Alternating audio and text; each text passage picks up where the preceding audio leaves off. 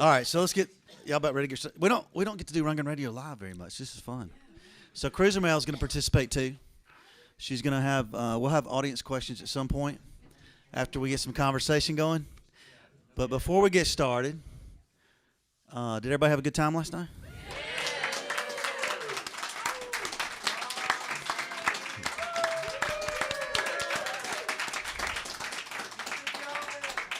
There you go. Good deal. It was, I know for some of you it's a big sacrifice coming Thanksgiving weekend, and we certainly appreciate it. And I know it was for some of the band guys flying in day of, like Fernando, which I worried about a little bit, but worth it. So thank you very much, because this doesn't happen without people. You know, we got to have a crowd. We got a good group. So it was a lot of fun. I had a good time. I know y'all did, obviously. So I need these. Let's. So this idea was not mine. This was Tom's idea in a sense. Or he birthed it, because I had written something and I sent it to him to let him look at it, and he was like, no, and no. I said, well, this is. I said, well, this is what it says on Wikipedia. I mean, that's like the encyclopedia. That's everything. So I said, I'll tell you what. Why don't we just clarify all this stuff? We'll just clean it up. We'll have a live interview, and then here we are. So we're gonna nitpick on that a little bit. And then y'all can ask him other questions. But before I do ask that, there's some talk about this in Wikipedia. How would y'all say that the name of the band was Nazz or The Nazz? Nazz. Yeah, Nazz. But you can't stick just a word out there. People are just going to stick "the" in front of it because it's a band, and that's what happened. That was it. All right. We never said "the," but. It really doesn't matter. Yeah. It's still It's a big debate on Wikipedia. It only matters to some people, you know. It's not that. That's not the name of the band. It's no the. But Tom's right. Well, good. We marketed it correctly then, because we didn't call them The Nazz. We called them Nazz. All right. So I think the first thing that you brought up was the mention of your original manager, Michael. And you had said something about that being a little bit different. Well, do you want to take that? No, you go ahead. All right. Man. You know that story. I don't know who wrote that Wikipedia thing. I keep meaning to get credentialed so I can go in and fix it. But our original managers were Jack Warfield and Jerry Batoff in Philadelphia. And those are the guys that put us into the town hall show. They owned a record store, which is where we rehearsed upstairs. And in the midst of 100 years worth of junk and stuff, we cleared out space and went up there and made noise 8-10 hours a day because we had nothing else to do. We were living, our allowance was $1 a day each, plus a place to live, and all the funky mattresses and furniture we could steal off the street. Which was none. One chair we had, it was a wheelchair. I mean, there we were. We were 18, 19-year-olds in Philadelphia, living in downtown Philadelphia. We had one wheelchair, and we'd wheel each other up and down the street all day just because we had nothing to do. We used to plan when to drop by somebody's house because it was dinner time, and we knew they always had good food. So then the only other thing we had to do was just beat on our equipment, which we did endlessly. So another thing was that it said in here that Carson and Todd started the band, but you said it was all four of you guys. How did the band get together? Well, I can tell you what I know. At Stewkey, I know different things. I was still in school. Even when we did that town hall show, I had to skip finals. I was at Penn State, which is about 250 miles away from Philadelphia, and I had been for the year, almost a year prior to that. I got in a folk rock band at school, and I would hitchhike back and forth to Philadelphia on weekends, so we could play coffee houses. I literally would be hitchhiking with a floor tom under my arm in the middle of winter in those freezing Pennsylvania nights. And then I'd get to Philadelphia and try to figure out which door to bang on, who might have some floor space for me. And so I was playing a place called the Artist's Hut, which was a basement under one of those under a church, half basement things. And I had nowhere to go, nothing to do, so I was just in there playing drums all day. Place was empty, and this guy came out of the back room. It looked, I honestly, and I got, when I said this once before, I got hate mail for it, but this guy came out of the back room, and I thought he was some kind of compromised person. He had on like a big, long army military surplus overcoat, and had all those teeth sticking out all different directions. And I thought, oh, this is some guy they let in here to clean the place. And he came up to me and said, "Hey, do you mind if I pull out a guitar and play along with you?" And I said, "Sure, well, I know." And so he did, and we stayed there for, I don't know, hours and hours and hours and playing the same. We were all just pulling out every Yardbirds song we'd ever heard, and then we finished up. It was time to get ready for me to get ready to go on stage, and he had to go somewhere else. And we said, "You want to start a band?" And he said, "I got a bass player," and I said, "Cool." The original plan was we were going to try to be a 3-piece band because that's what was going on. You know, there was so much of that Hendrix and Cream and all that kind of stuff. And so we started sort of. I met Carson, and then when I would hitchhike down to Philly on weekends, we were all staying in Carson's little basement. I mean, this place was something else. Half the size of this place? Yeah, and 4 cots and a bath? Yeah, and it had a shower, which was one of those like little tin square compartments with a pipe stuck in the top of it. And yeah, when it rained, the water came down the steps and in the front door. And we were all staying there. And as soon as we started practicing, it became obvious that none of us could, and this, I got hate mail for this again too, but that none of us could sing well enough to play the way we were playing, with the aggression and the attack that we were playing. So we needed a singer. So I called just to just let everybody know when I was coming back the next time, and they said, "Oh, we got a singer." So, and that was him. Yeah. He came, I was playing in a band called Elizabeth, which was a folk rock band, too. Yeah.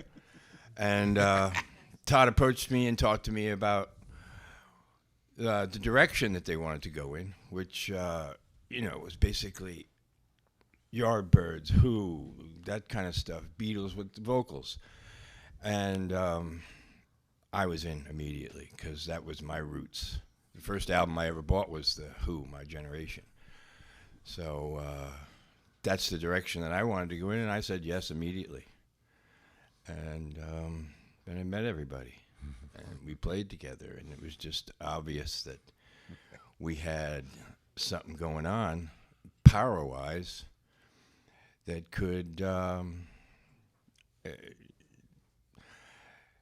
just wake people up to where we were going, you know what I mean? It was hard rock and roll. And when they depicted us as a boy band in 16 magazine, that kind of threw me for a loop. I didn't figure, who are they talking about? And the wiki word is teeny bopper, which so that's how Thom it started. didn't like either. And the thing about managers is what I objected to with the Wikipedia thing is it starts off they were teeny bopper band. Teeny bopper band, managed, promoted. Original manager Michael Friedman. Michael Friedman. Well, that was wrong. Our second manager, and that's a whole other story. And anybody who was around last night knows I can just talk endlessly. But Michael was Our manager was actually John. His name was John Kurland, and he had a company. He had been a publicist, and he did people like the Mamas and Papas. He did Herman's Hermits, just all their U.S. publicity, and he had a company called John Kurland Associates, and Michael Friedman was kind of a gopher for him, and he he had aspirations to be the junior partner, but what he really was the guy who went out first and booked the hotel rooms. When we went to London, for instance, he went over a week early and got the hotels and arranged equipment and stuff like that. And he was a great guy and a good guy, but he certainly wasn't our manager. John was the manager, and John had to pay off our old managers because we owed them thousands of dollars. So that was the management thing that I objected to, and also we were never marketed as a teen band. Those people wanted to put us in the magazine, and John had all those connections, but we never compromised a bit on what we were doing. We were maniacs, and that's why I think that's why the kids and the owners of those venues in Philadelphia just wanted to get a hold of us, because I mean nobody was as aggressive and loud as we were in that era. You know, we were competing with Blue Cheer, who used to advertise themselves as the loudest band on earth, but we were giving them a run for the money. Well, you weren't you because of management, you didn't get to perform as live as much as you wanted to, because they were trying to build this other image with the clothes and all this. There were no gigs. We tried to play a few bars. We could play bars underage, but we couldn't. We weren't allowed to do this. We weren't allowed to do that. But like Stewkey remembers it more clearly than I do. We got less than a song out before they shut us down and send us home. One chord. And so we'd be in the back, opening up the freezers and stealing all the frozen hot dogs, carrying one of Todd's guitars out by the neck with a guitar case full of frozen food. That's literally true. But we did every gig that we could afford to do, and we went very quickly. And because of the music, venues were limited. We couldn't go into a bar, and there was no circuit for us. And even if there was a national circuit at that time, we couldn't have afforded to get there. So as soon as every gig we could book, like here we were, nobody knew who we were, nobody knew anything about us. We're getting these custom-made ridiculous suits, and we're on stage opening up for the Bee Gees. But we can't work in a bar. It was a really distorted thing, and you have to remember, this whole thing lasted, like that whole era lasted about a year.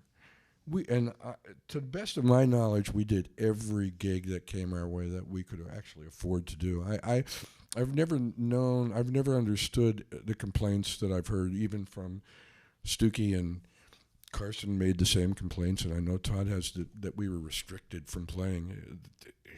I don't remember ever turning down a gig. It just felt that way. Yeah. Maybe when you felt that we were showpieces for pictures and interviews and etc., rather than actually being able to perform our craft and just get up there. But I do understand what Thom said about the limitations and how many gigs were available to us. But still, at the same time, I complained, or I felt like I should complain. I complain more now after the fact. Yeah. When I want a tour. I want a nationwide tour. I want to go out for 6 months and play. Yeah. When you're 19, a week without a gig is like a lifetime. At this age, a week without a gig is like, oh boy, I can catch up on my medication. Now, did you guys? Was your first gig opening for the Doors? Yes, it was. Well, that was a Professional. first major gig. We did every little coffee house in Philadelphia. That was the deal. Jack and Jerry, they got us a backer. We got $10,000. We went out and spent $9,600 on equipment, and then went to the Lion's Den clothing store and spent $400 on those ridiculous Were they hot? blue suits with the red stripes, and we went and took those ridiculous, silly pictures because we were having a ball doing it. For one day we were important. Yeah. And we had all that new fancy equipment, so we hauled that stuff around and got friends to haul it around, and That's right. My stuff. yeah, yeah, and did every coffee house in Philadelphia and every place we could get into that would let us do what we did, and we didn't know how to do anything else. That's the music we knew, and we practiced it endlessly because we had nothing else to do with our time, and so. Well, so before we get into some of the albums, from the album, "Open My Eyes" was your video. It says the guy was a horror and thriller director, but it doesn't look like a horror video to me. Oh, you should have been there. Yeah, tell us a little bit about that video. What that was like doing that video, "Open My Eyes." When the California girls showed up, oh, they're in the video with us. Yeah.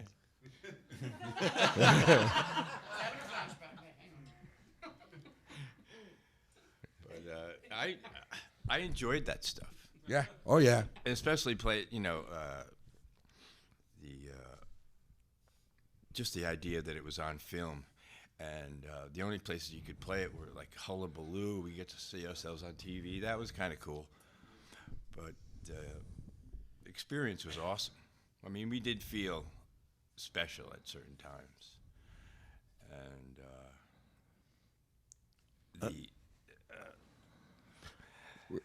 I just felt that during that time, I was above the water. So I was walking above the water just because of how old I was and the situations I was being put in and not really knowing how to act. So, and just wanting to stay there, walk above the water, and nobody can bring me down from this.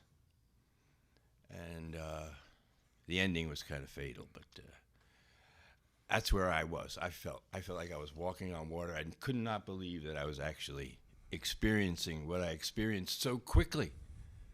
I mean, I came to Philadelphia in 1967 in February. And the reason I stayed here is because my vehicle blew up. So I had no place to go. I couldn't go anywhere else. I had all this stuff in my van, equipment and stuff like that. So I stayed. And before the end of '67, Nazz was rehearsing upstairs on that from that record store, and from that we went to another level real quickly, out of Philadelphia into New York, and it just seemed like it went so fast, and we did so much in such a short period of time. Yeah. When I left school to do that Doors gig, I just walked out, and I left. I took what I needed, and I never went back. I never went back to get my belongings or my books, and so that was June of '67, and there we were in Carson's apartment. That gig. The Doors came down from New York. They were playing a club in the Village. They got paid $500 for that gig at Philly Town Hall, and we got $300 for that gig at Philly Town Hall. That was the other part of our deal. We got $1 a day to stumble around and eat with, and we had the townhouse or the row house to live in. And any money we could pick up making in the coffee houses or any gigs we did, we could keep. So something like that was a big bonus. I mean, I had $75. Holy cow. It was 1967 too, but then really quick. Then we just bounced around, and we were doing every gig in the park. It was just like nowadays. I go to those park gigs, and who are these awful bands? And who are their fan? The people in the audience. That's all their parents. So we did all that, and then there was, and we went to because we had the connection to the record store, we could get into every concert in town, and concerts were $5 then at the most, $3. I think I saw the Beatles 3 times. I think I never paid more than $5 for a ticket. Well, Hendrix at the factory was $3. Yeah. We Velvet Underground at the Trauma, all kinds of stuff. It was really such a vital time. I call it the golden age of rock because it's never been better, and it's never been more accessible. You know, I mean, now you want to go see somebody, you've got to have $400 to drop to get to there, get in, get out, and there are a lot of people that just don't have access. So it's TV for them. And I would not want to get my musical inspiration from television. That's a good segue, because I got to by the know way, about. I could talk. Everybody, go check your meter. I got. What was going on with you guys when you did the Not Wrong Long, the video that's on YouTube, the TV deal? You're like, you're definitely your craft. You were not doing your craft. You were doing something else. I don't know what it was. You guys. Well, we were partly doing a craft. I mean, it was to look good. Yeah. Yeah. Well, that's part of the promotion game, and we were in L.A., and so they booked it, and they thought we'd be grateful, but Carson was. Jim Lowe was in Had the he video quit yet, or was he Jim sick? Lowe was with you. No, I know it was Jim Lowe. We had to call. I think he was sick that day. We got Jim, We were still in California, and we didn't even have a bass, so we had calls going out all over the place. Somebody get a bass down here. There was a drum kit, sort of. There was nothing else. There were no speakers. It was like being in a gymnasium.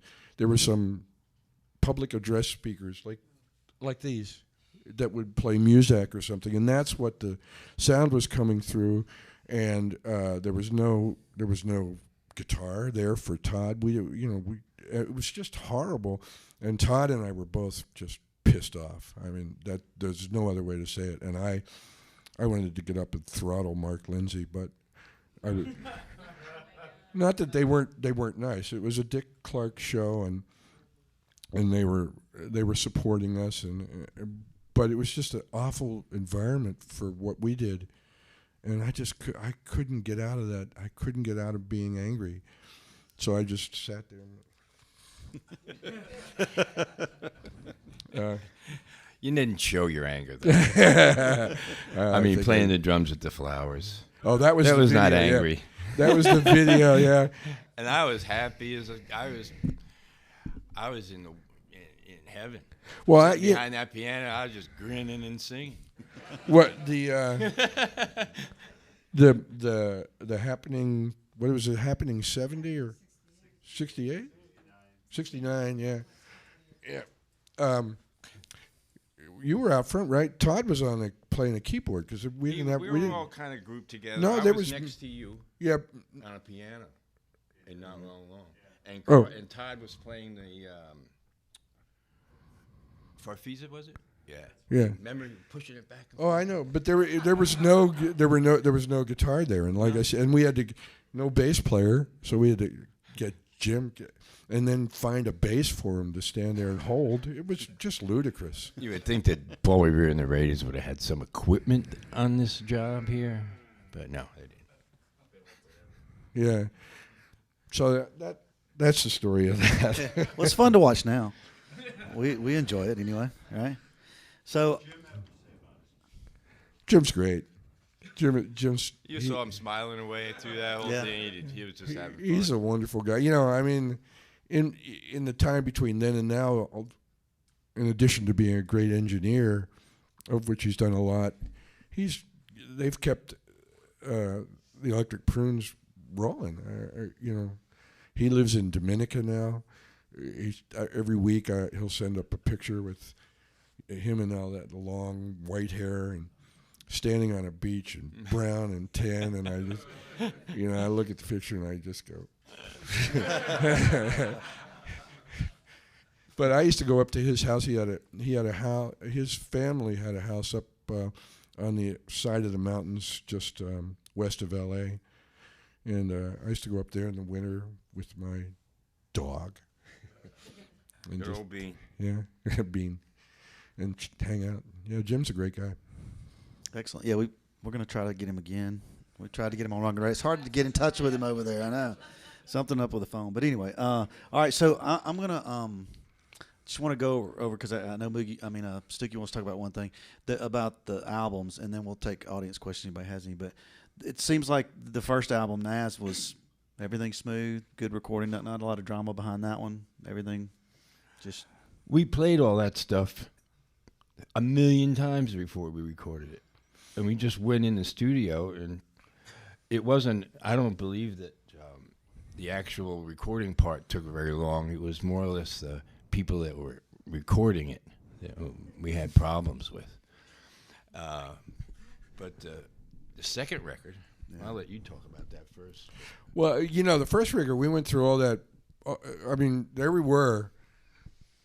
Who were we to have I think we had a $100,000 record deal in 1968, early 1968, and that was a big deal. We got $50,000 for our publishing, which is how they rape young musicians, and but that's what we were running the business on, and then we had I think we had a $22,000 budget for that first album, with ascending budgets, and we had a 7-album contract, and the budget would ascend with every album. But $22,000 then was. It was good. You couldn't do much with it now, but then you could easily do a good record. But we wanted to self-produce, and here we were once again. We're 19, 20-year-olds, who knew nothing according to these executives, and so we went into a studio in New York, and we did Hello, It's Me and Open My Eyes, because we already knew in our ignorance as 20-year-olds that was those were going to be the first releases, and we did it ourselves, and we didn't have a producer. We produced it ourselves, so we took, just to have a name. This is how another part of that myth. Just to have a name on there as producer, we took Mike with us, Mike Friedman. And he sat there and watched us work, and we did that recording of Open My Eyes, Hello, It's Me, and they Screen Gems rejected it. So then we searched around and did that whole find a producer thing, and we had people coming to us. Like, I can remember, by this time we were living in New York, and we had this budget, and we had rented a studio on the 7th floor of Carnegie Hall, where we were rehearsing, and we had people coming in to talk production with us. And I remember the day that Felix Pappalardi came in, and he's up there, he's rearranging our songs, and he's rearranging our attitudes, and we just started ripping him apart. And he left sort of in a huff. But no one was going.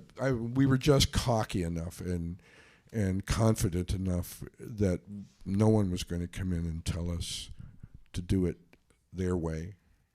And so we got this guy, Bill Trout, from Chicago, and he had done The American Breed, bend me, shape me, anyway. Yeah.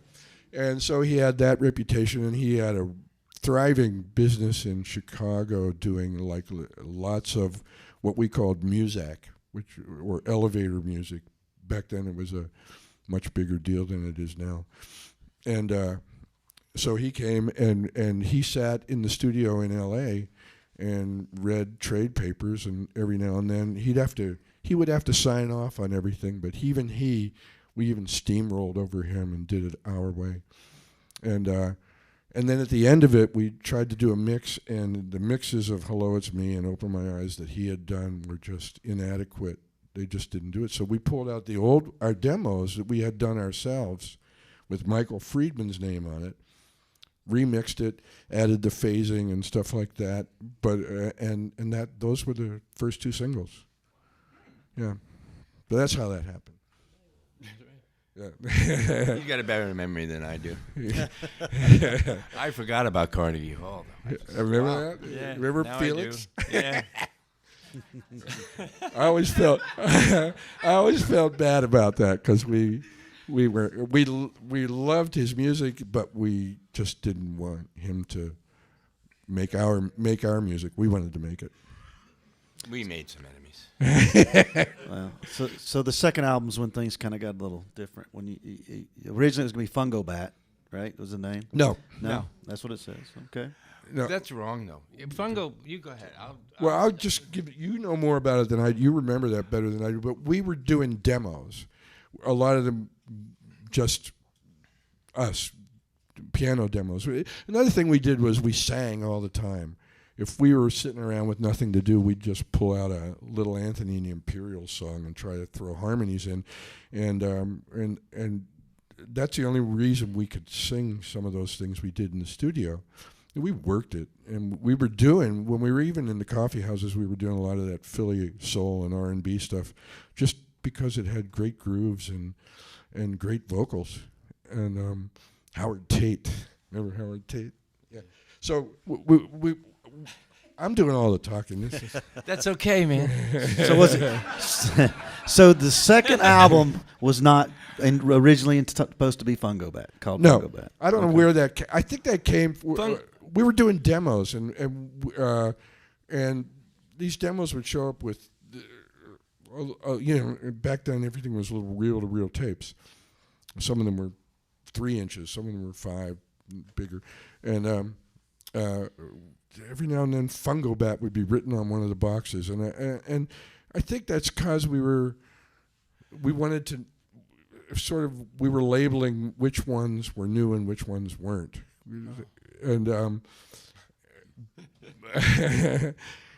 And but there was never. I see this stuff. This is the original Fungo Bat album, sequenced and mixed the way it was intended, which is nothing could be more wrong. It never existed for us. All of that appeared long after we had broken up. But Fungo Bat was just a word. And what it is a baseball bat that they use, a very thin bat that they use for infield practice. Someone hits But the name Fungo Bat kind of hit a funny chord in all of us. And you know how sometimes you get a word and you could just beat it to death with every funny thing you could possibly think of. And so it kind of became just a gag. I wasn't aware of the fact that that's what we were labeling songs, but that's where I remember it coming from. Yeah, just having a gag about the actual word. And Fungo Bat Sessions was just something that someone made up. Yeah. So who came up with the name Nazz for the second album? Oh, that was hard. We get ripped for that too. How it's supposed to be a double album, creative. But wasn't. Yeah. But I don't know. It kind of fit really. Nazz. I second record. I think I was in there on that because everything was falling apart when we started to reject. That second album, it's amazing that things could change so quickly. I don't want to. It's difficult to tell the story without including the personalities. But Todd was turning into affectionately, I would say, a narcissistic megalomaniac.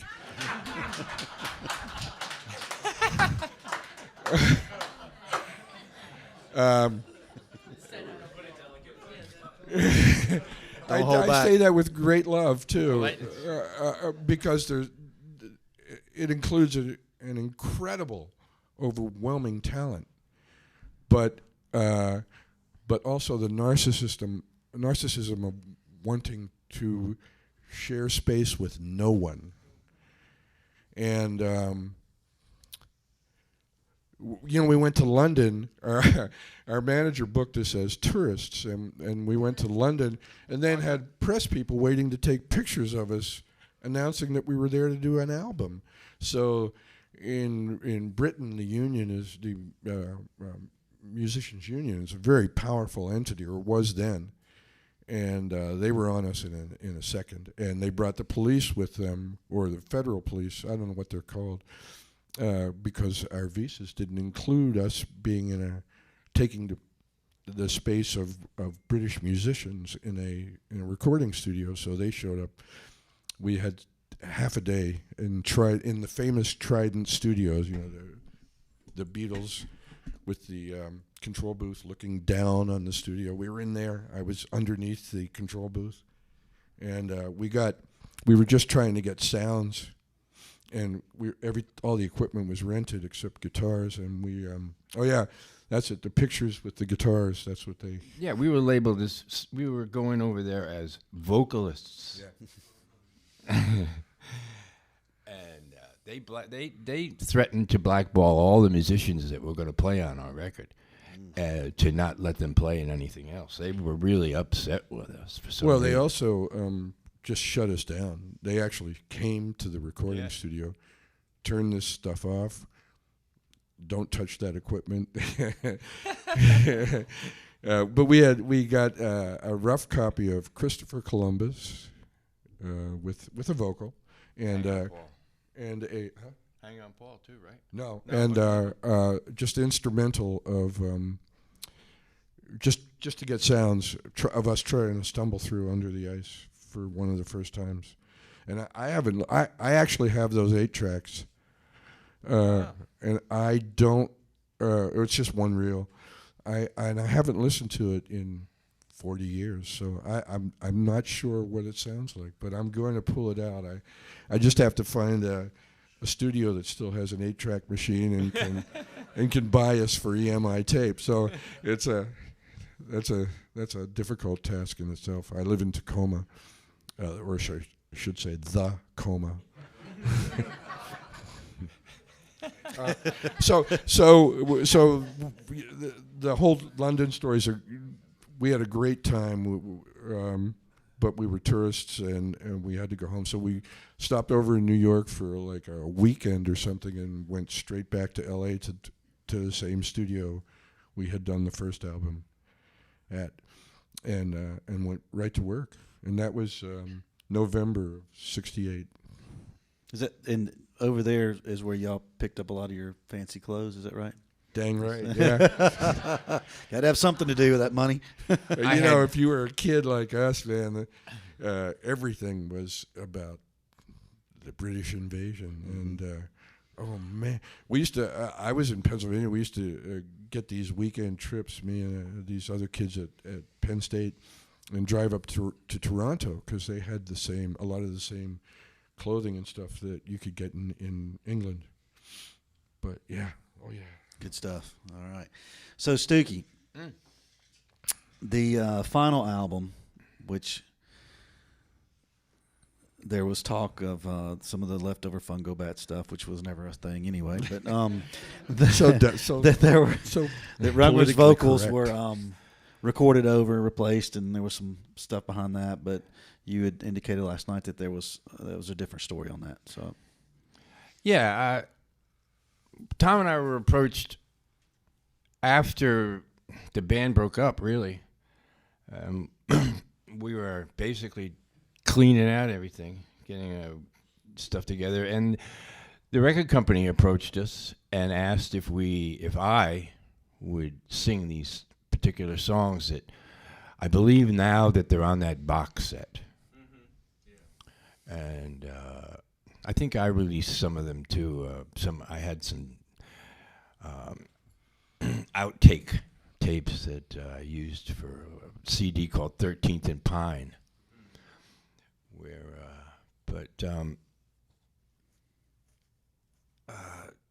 I lost my train of thought. Anyway, you were asked to replace the vocals. It wasn't something you just did out of spite. We were just asked, and Thom mentioned yesterday that the record company just wanted to be able to sell them, and they didn't believe that the way they were structured at that time, that was possible. And I don't want to say that what Thom said, but they didn't particularly care for them, so we redid them. Just out of the fact that they asked us, and they were going to be selling it, so I guess we felt we had to accommodate them. But we got trashed. We're still getting trashed for that.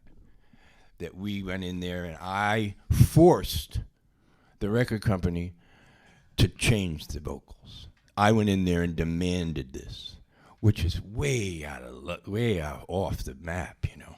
I mean, I'm just not that type of guy. You know, so it wasn't our fault that they were changed. We were just basically contracted to do it. If they asked us to, we, I guess, basically had to do it. So I did it, and they were good songs. They came out good on those on that third album. I'm the one who actually did that third album. I went out to Los Angeles with Jim and mixed it and packaged and sequenced it and packaged it. I didn't package it. I turned it in and said, "There's no record here. Just put this away. Put it out as a joke in a couple of years. But there's no. This is not Nazz. This is stuff we rejected." And well, it was solo and then album Kicks, for which Todd. was not some, which was a joke. Loosen Up, which those were just things we did, sort of messing around between takes to get sounds or whatever you do to warm up. And so I didn't think it fit into what we felt the band was, so I wanted to reject it. But we were both in Rockford playing with Nielsen and Peterson when they released that, and Peterson came running out from. Look, I got you guys' new record, and I said, "Holy cow! Look at the imagination of those guys, those record guys. They pulled the back cover off the first album, negative it, and put it on, used it as a cover for this. Wow!" And it was just. But I don't remember, because mixing that, I had all the track sheets, and we didn't replace. There's nothing on there where Stewkey replaced Todd. Anything that references Todd, that would be Todd doing a piano demo of the song for reference, for maybe us to learn it if we were willing. But well, Todd walked into the studio during the second record and just handed us music, and we learned and recorded all that stuff right in the studio. There was no, well, we're going to do this tomorrow, or I'm working on this, or blah, blah, blah. He would just come into the studio, sit down at the piano, and play this song and say, "Go figure it out." Well, yeah, and also there were a lot. I mean, I had conversations with him where I said, "I'm not playing on that," and he would say, "Why?" And I said, "Well, I'm not looking to get booked at a ski resort." I mean, I was a really cocky kid, and Todd was as cocky. We were a good match for each other. And Curlin used to send me to meetings to balance out Todd's insulting hostility. I say that also with love. Yes, with a lot of love. Because I applauded him a lot of the time when he was doing it. But I mean, I sat and talked with him, and I went to the record people and to the management, and I said, we can't. This is not, I can't imagine us going on playing Under the Ice and this song in the same set.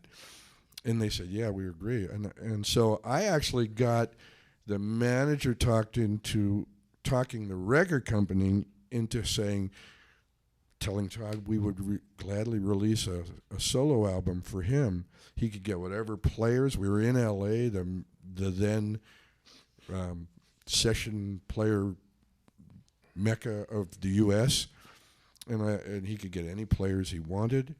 I mean, there were some horrible things. I'd go to the studio early to mess with the drums, and there'd be Todd with some L.A. guy replacing keyboard parts. I don't know that you even know that. Nah. And it just infuriated me. It was just, a band is a band. You don't idealize. When you start a band, you take people because of their unique intrinsic value. You don't put guys in it. I mean, you don't, as a musician, you don't say, hey, let's start a band. All you have to do is change.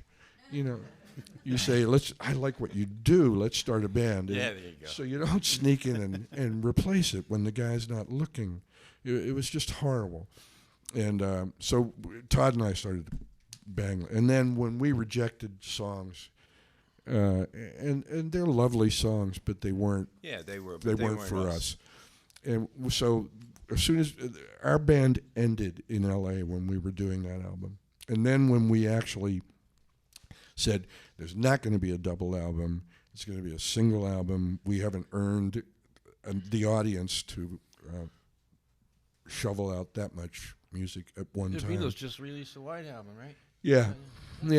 And so he just immediately started looking the other direction. And I think Michael Friedman was a big part of that, a big negative part of that. They went out shopping, and it goes on from there.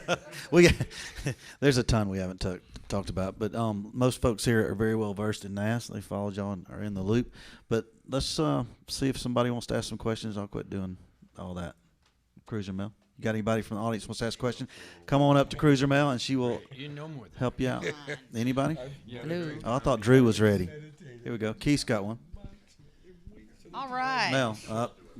Ken Owen. Here we go. On the air. Thank you, Mel. No, first of all, guys, thanks for last night. That was so cool. Really. What's your name, man? Ken. Huh? Ken. Ken. Oh, yeah, right. Yeah. Hi, Ken. I didn't recognize you. Yes. No. And you guys were like kids at Christmas, so it was great to watch the joy on stage. So, how does it feel 50 years later? I mean, it's obviously.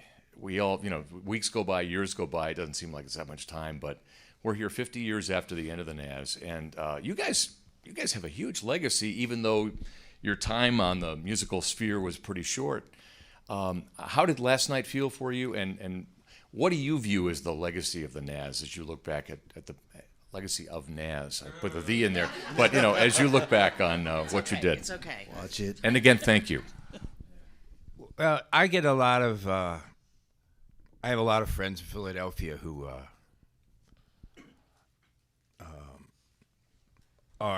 they're always thrilled that they know me, But last night and this meeting with Thom is just something that I've been dreaming about for 50 years.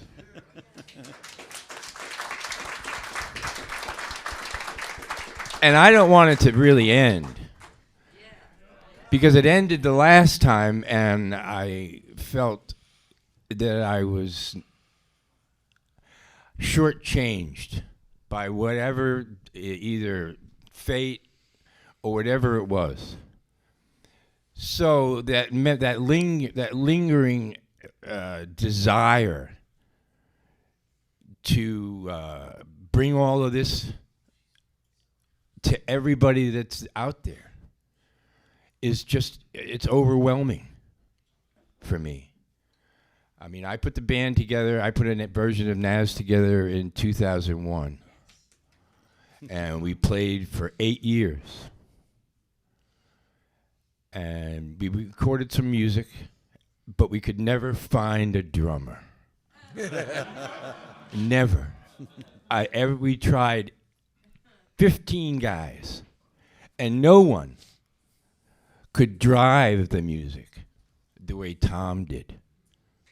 I mean, it just makes all the difference between a regular guy and this guy. I mean, it was so, last night, all those cues that I always took from the drums, either the rim shot here or cymbals there, they were all there. And I hadn't felt them in such a long time. It was awesome. And as far as Nazz's legacy, I'm surprised and thrilled that the music has lasted this long. And still, people are loving it, even the people who hear it for the first time. And it wouldn't have been able to be that way unless it was 4 people doing it. Not just one. 4 people did that record, those records. And you needed all of us to do it. You know, and our legacy, I don't think, has been told yet. And it will be told, I guess, if we can't continue. Then we can decide and make a decision on what our legacy is. Because it's not finished.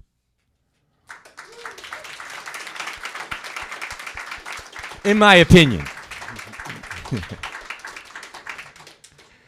So I'll leave it to you, Thom. Well, I haven't. It's been, for me, 48 years, August, since I saw him. Last time I saw him was, before this, was on the street in front of our apartment in Rockford, Illinois. And I was leaving with the singer of the previous singer of that band to drive in his Volkswagen back to L.A. And Peterson was leaving for Germany. We said goodbye. And that was it. Not even a conversation. I think there was one, I got some spam one time, and I didn't know what it was. I'm still computer challenged. And I had it was signed by him, and I sent him a note and said, "Hey, what's this about?" And he sent me back a note. It's spam, dude. And I didn't know what spam was. I mean, I actually like spam.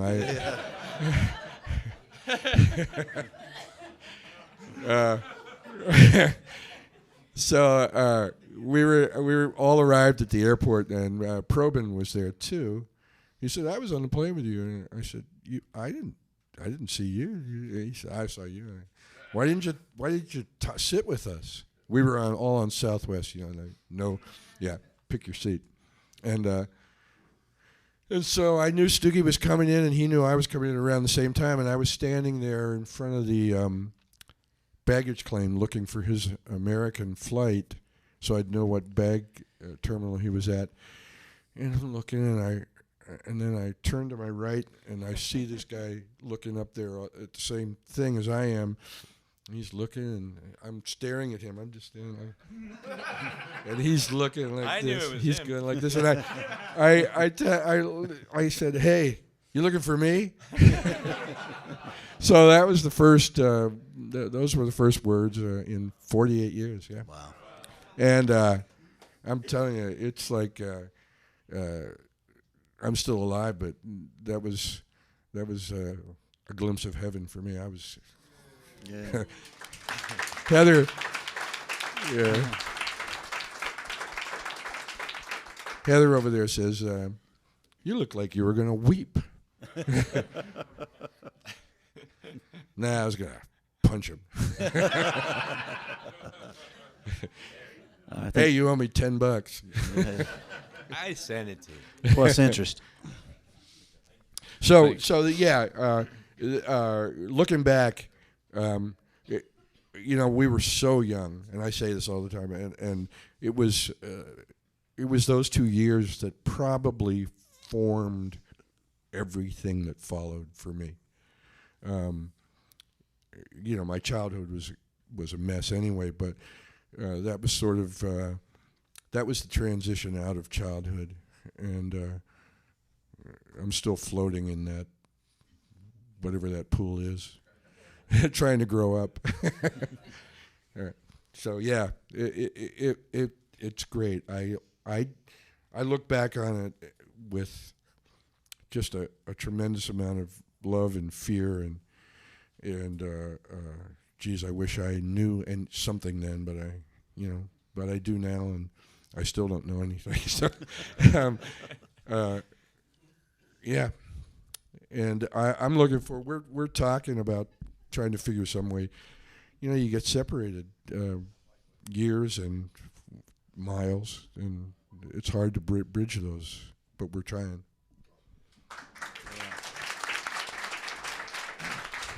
Hi, guys. Thank you for a great weekend. First, I hope you both seek out an author who can sit down and write the story of the Nazz and work with you two guys. There you go. And maybe talk to Todd too. So, but just you started talking about it. Can you tell us about, you both went on and played with the Cheap Trick guys? It's interesting how you and Todd both have their connections with Cheap Trick, and it's interesting. Can you tell us about what brought you to them, and what your time was like with them? I was the first one there, so I can tell you how that started. When I went out to L.A., the reason that third album exists was I had the masters, the only copy at that point, and nobody. So somehow the Screen Gems people found out about it. Then they got my mother's address and her phone number, and they called her, and she gave them mine. And they called me, and they wanted the tapes. They wanted me to send them the tapes, and I said no. We don't want that to be an album. And then they started sending me threatening letters that they would have court papers immediately, because they own that stuff. So. They paid for it, they owned it, and I was withholding it, and they threatened me. So I said, okay, but I'm not going to let you have it. I'll come out and do it, and that's how I did it. And then I decided to move to L.A. at that point, and I went back to Pennsylvania and got settled up and went back out there. And I was living with Carson and Darnell, and I was babysitting Otis every day, which is awesome. He's now 50 and 6 foot. What is he, 6'5" or something? Yeah, awesome kid at 50. I'm not going to tell you the B.B. King story, but it's a great one. Ask me later. So I went back out there, and our old manager from Philadelphia, Jack Warfield, was out there running a chain of record stores, and I stayed with him and his wife for a while. They were in La Habra, which is a L.A. suburb. And he called me one day and said, one of my managers is ruining the business in this store. Can you help me out? And I said, what do you need? He said, just go sit in, be temporary manager for a couple of weeks while I find someone. So it was kind of cool. I got to catch thieves. I mean, stealing cassettes or stealing CDs is kind of easy, but stealing LPs, I'd see guys with like 8 LPs jammed up their shirt, and I'd say, "Oh, you got to be kidding me!" You think anyway? So I did that, and one day I got a call. Somehow Rick had called someone, my mother or something, who gave him Jack's number, and Jack gave him the number at the store, and he's saying, I live in Illinois. I have this band. We need a drummer. You could be interested? And I said, nah. And but we kept communicating over a period of months. And he'd send me. I still probably have them in one of my storage locker boxes, but I have these long page letters with lists of songs and bands and records that he liked, and I'd send him the same thing back. And it went on for months, and then finally I agreed to go try it out. So I went to Rockford and tried it out for a few days and said, okay, I'll come back. I went back to LA and got my dog and went back to Rockford. And that was late 70, I think. And over the course of the next maybe 2 months, they started bugging me, Thom and Rick. Hey, where's Stewkey?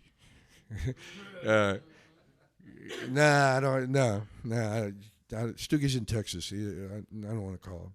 No, come on, call Stewkey. So I called and said, you think you might be interested? And he said, I might be interested. And I said, I'm going to have the band leader call you. So that's how that happened. And it only lasted about less than a year.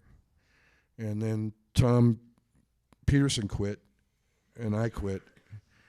And Peterson went to Germany with an acoustic guitar, and I went back to L.A. And Stewkey stayed on with Rick and Bunny, and then Peterson came back, and they did it for a long time. Yeah, we played around in Wisconsin and Illinois and Iowa, places like that. Detroit. We did a lot of gigs as when Thom was in the band. It was either Fuse or Nazz. Well, first off, I would throw a tantrum anytime anybody used the word Nazz in advertising or as a label, and I forbid it. I said, if I see Nazz on the sign, I won't do the gig. Because it wasn't. It was just that promoters and entrepreneurs don't ever give them the power to do that kind of stuff. Because but what were some of the names we came up with for bands? I remember Rick's mother suggested that because we kept saying, we need a good name like Fleetwood Mac, and she said, and we had found this in the basement of Rick's dad's music store. I found this drum head, and it said the Turks, and his mother said, well, how about the Fleetwood Turks? So, but everything was still booked as Fuse while I was there. We never used the word. No, we didn't use Ricky's Harmonica Band or something like that? No, not while I was there. That's what I remember. Yeah. Yeah, we played on after that. Yeah. Oh, yeah. But I convinced them to move to Philadelphia because it was not, they had a manager at the time and he particularly didn't care for me. And because I knew he was a crook. And he ended up being a crook. I guess once you get screwed, you can always identify another guy who's coming to screw you. You know what I mean? So eventually, we tried to do something in Philadelphia. We made some recordings, some demos up in New York, and we called ourselves Sick Man of Europe at the time, which there's a lot of music out there that Bun has. And but as turns out, we couldn't get anything really going in Philly, so we all went back to Rockford. I had gotten married previously in Rockford, and when we were in Philly, my wife at the time got pregnant. So we all went back to Rockford, and I had a pregnant wife, and we were all going to go back to Rockford and work on it there. Well, Abernathy came back into the picture, and I got fired. So that was the end of that story. But I enjoyed my time. I immensely playing with those guys, and I just saw them a few months ago, actually. Yeah, me too. And they were awesome. They actually asked me to come up and sing a couple of songs with them at the time. which I didn't do because I hadn't opened my mouth to sing in about 5 years. So I turned them down, but I told them, you lit the fire now. So I can go back to I'll go back to them, and I'll be up singing with Cheap Trick, I'll bet you, within a year. Nice, yeah. Singing "So Good to See You" and a couple of other, songs that they moved it from Sick Man to Cheap Trick. But yeah, that's going to happen. And if this thing happens between for Nazz, I'm going to try. Should I say this on the radio? I don't know. What are you going to try? Well, I'm gonna. What's the word? I'm going to pressure them to take us out with them. Oh yeah. Oh, there you go. Yeah, Oh yeah. there you go. And I think that would be historic too. I've been using Peterson to sort of as my Cyrano between Stewkey and I.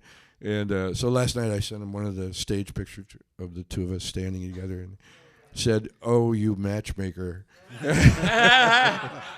And yeah, he sent back one of his nutty jokes to me, so he knows. Yeah, he's happy.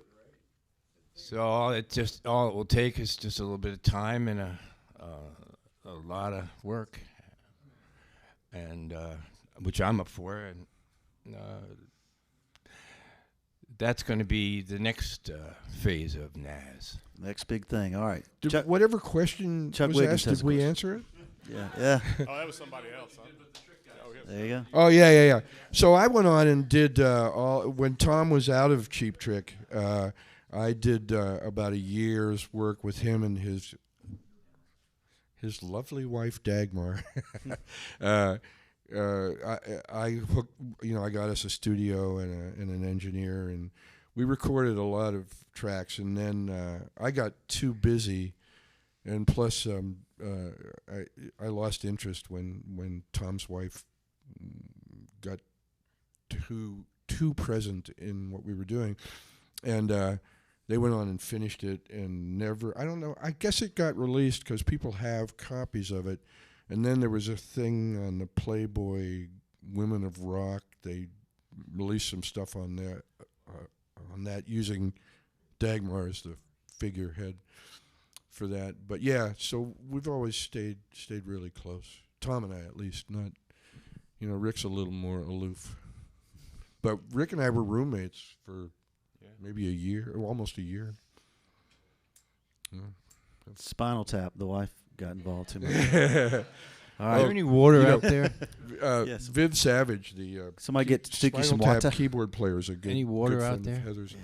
Can we get a bottle of water, somebody? Should be easy to find. Sorry. Oh. Yeah. They'll have some in the lobby if not. Okay, thank Water's you. coming. Water's All right, yeah. coming. Yeah. Chuckster.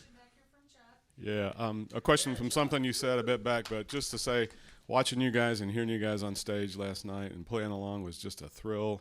The energy level, we had no idea what was coming, and it was just far beyond my expectations for anything that could have gone down, and all the stuff I'm seeing today, and people say, people are going to regret not being here in many, many ways. So, I was just a really trivial question from back when you were talking about coffee house days. Did you guys walk? Coffee houses have changed, but did you just walk in with acoustic instruments and stuff, or is this full tilt electric coffee houses at the time, and the whole folk rock, more rock than folk kind of thing? There was Philadelphia at least, and there are some parts of the country like Ohio had all the hullabaloo clubs and stuff like that.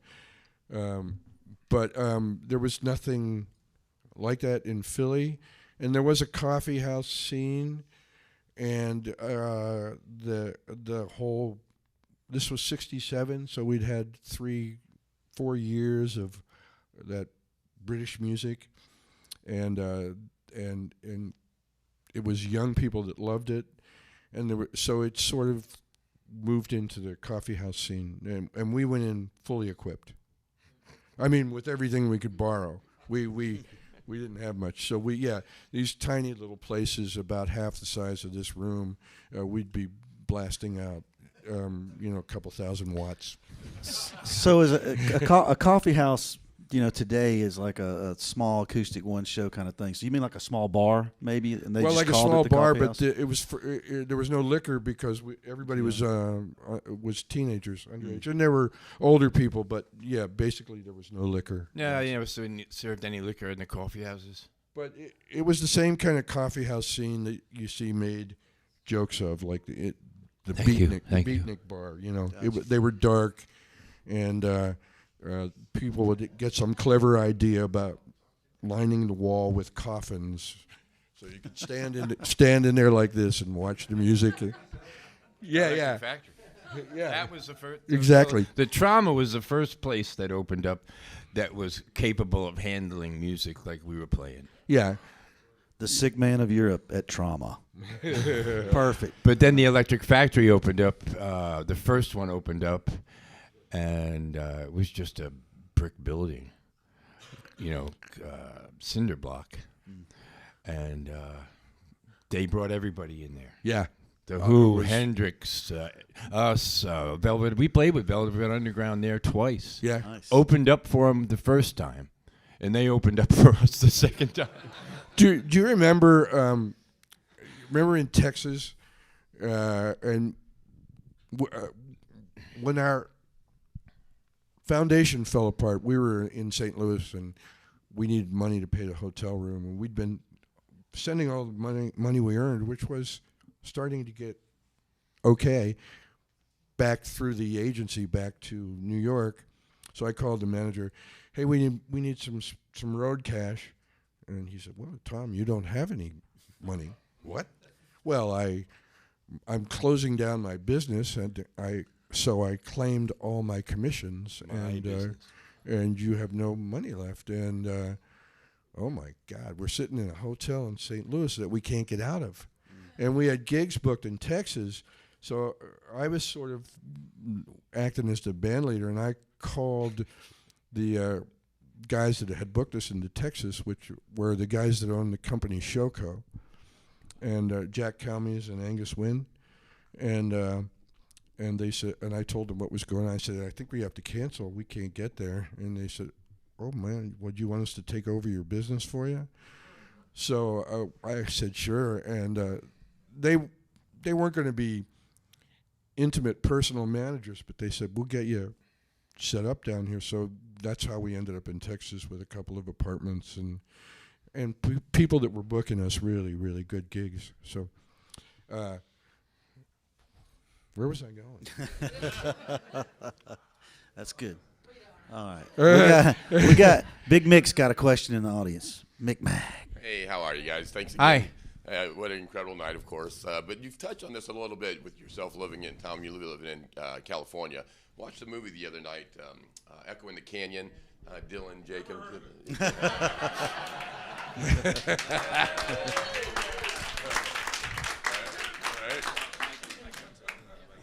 Okay, and so with that in mind, a lot of the people that you've met, who was some of the people that you really enjoyed meeting, and touching on Laura Nero, any stories on her and around you guys?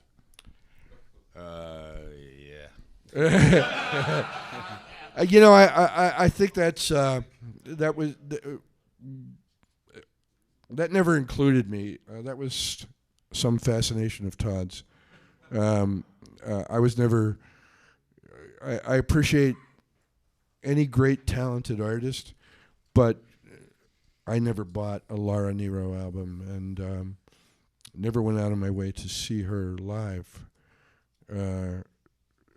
I've always been I just love rock. I mean, it feels really comfortable to be able to say, I actually know what I like, and I can appreciate anything. Stuff that I really dislike, if it's successful, I'm fascinated by it, and I want to try to see how it connects to the audience and what's magic about it. Because if it succeeds, it's magic, and even if we don't like it. So, but that was never my. I couldn't say a thing about it. Yeah. Laura Nero? Yeah. Or anybody that you've met, anybody you've met that you've really been impressed with or liked a lot in the business. I remember we played Fort Dix with Albert King and Foghat. And I really enjoyed sitting and talking to Albert King. The first guy who told me the truth about what he was doing and what I was doing, you know, and that is watch your back.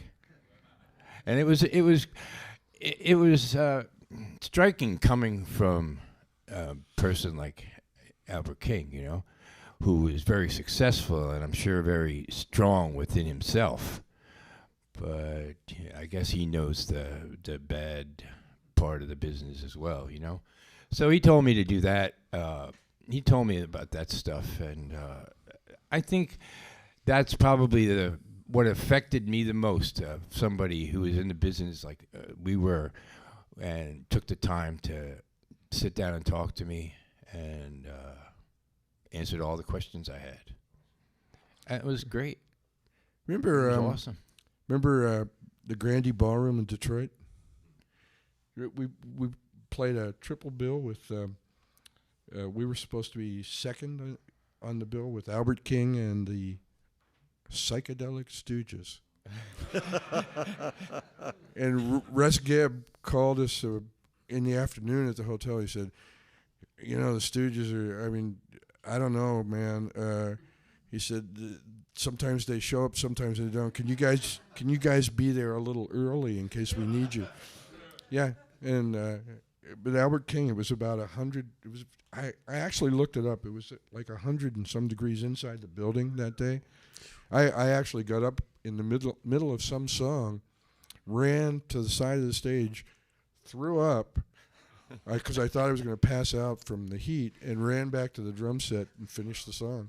It was I remember that. Rock star. I missed that one. Yeah. But, you know, yeah, you're welcome. I got a picture. Meet me later. Would you like to see it? I'll recreate it for you. So let's take one more audience question because we got Bill's got his presentation. The concert tonight, by the way, is at 7. Just in case you don't know, it's not an 8 o'clock show. It's 7 because it's a Sunday night. So or we'll take 2 more. All right, 2 more. You want to get 2 more and we'll wrap this up. Hey guys. Hi. My question is, for each of you, what are your favorite Nazz songs or Nazz song? I like them all. How very diplomatic. No. But I think that you can tell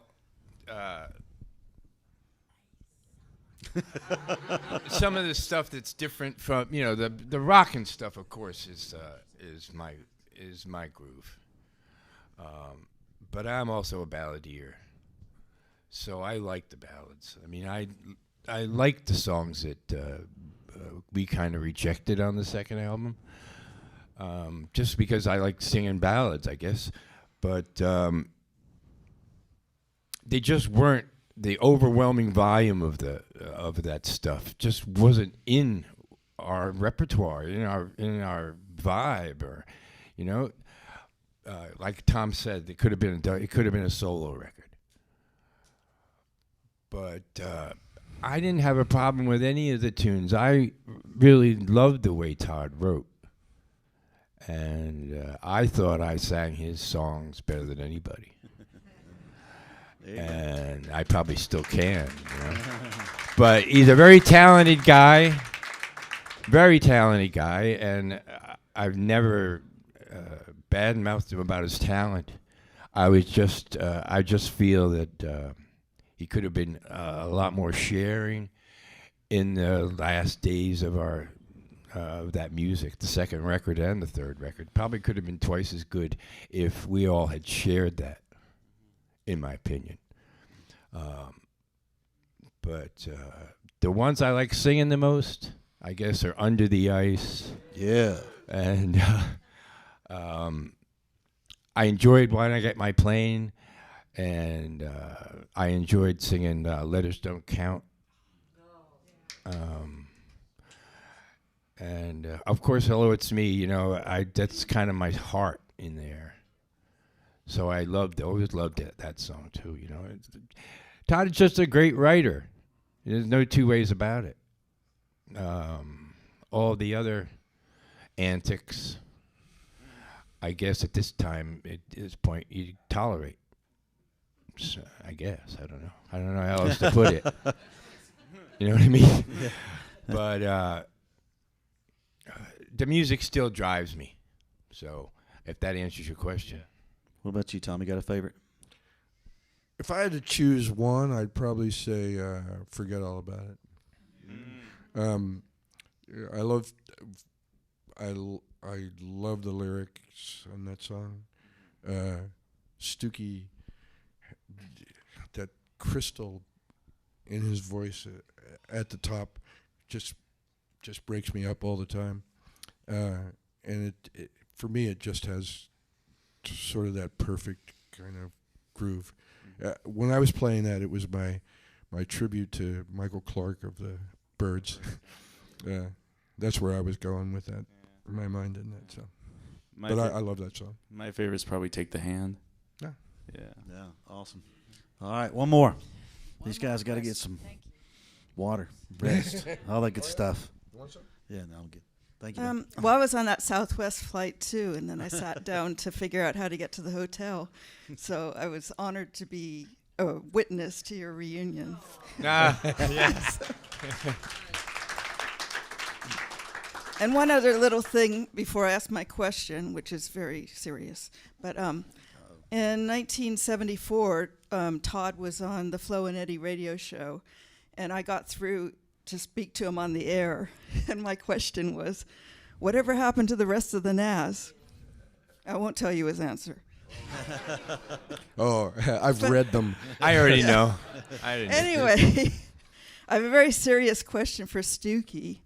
In 16 magazine, they used to publish people's birthdays and all their clothing sizes, and where you could send presents and cards. And it said with Stewkey, loves peanut butter. Send him a jar. Right. How many did you receive? I thought it was macaroni and cheese. I didn't. Do you remember how many you received? I never won. Oh, it's a fake address. It was probably a phony address. Yeah, you'll have some tonight at the hotel room. But if there's cases out there, do you like Jif? Just send them along. I'll take them now.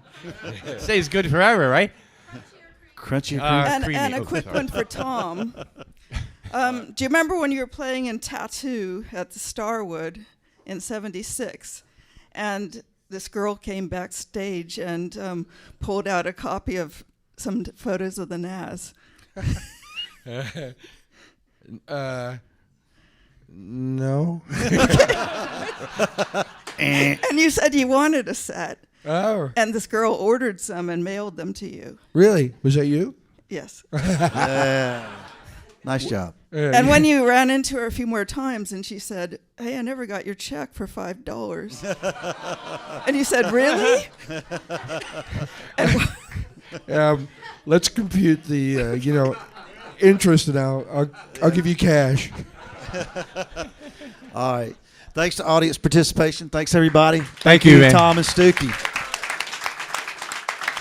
All right.